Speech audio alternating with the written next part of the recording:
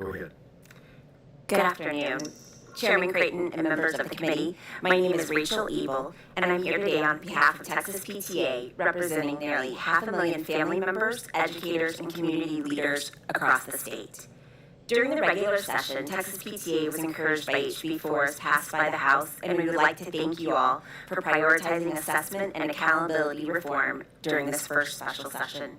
We believe one high-stakes test cannot fully measure students' abilities or the quality of a school, and a single assessment should not disproportionately determine how a campus is rated, because we all know that student success is based on more than a test.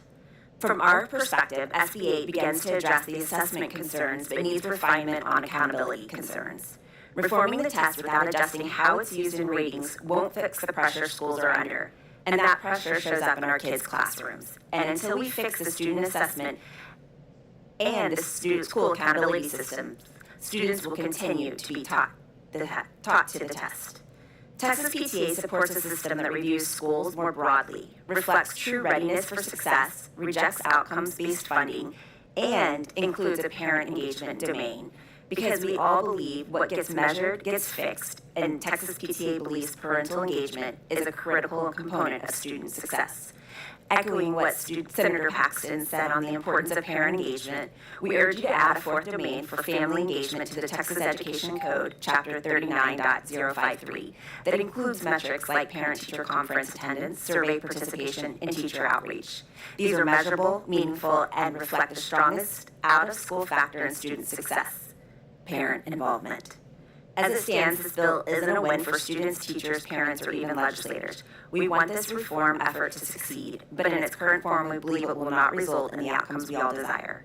With the end of the special session approaching, we understand time is light and time is tight, and Texas PTA is ready to help you make this a win for all, especially our children. Thank you.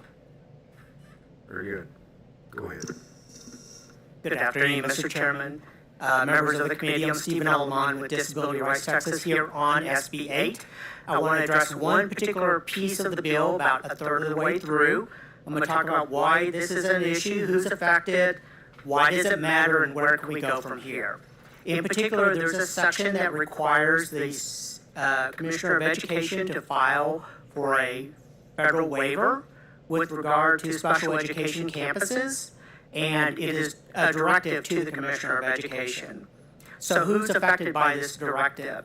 It's about special education campuses that serve students with disabilities, but what we want to point out is that students with disabilities on these special education campuses have a wide variety of disabilities. Their placements in these locations vary greatly from extending from their entire school career to just an intermediate placement to address a particular need. Now, why does this matter? Our concern is that the blanket waiver that's directed is over-encompassing of, I think, the underlying purpose of this provision. And just to back up, this was never subject to hearing in the House and in the Senate committee report on HB4. You did not include this provision. So this has kind of come into place throughout the legislative process. But this particular provision matters because we don't want to signal that students with disabilities in special settings are going to be ignored, are not subject to accountability. That this waiver request to exempt them from requirements doesn't mean that we're overlooking their needs.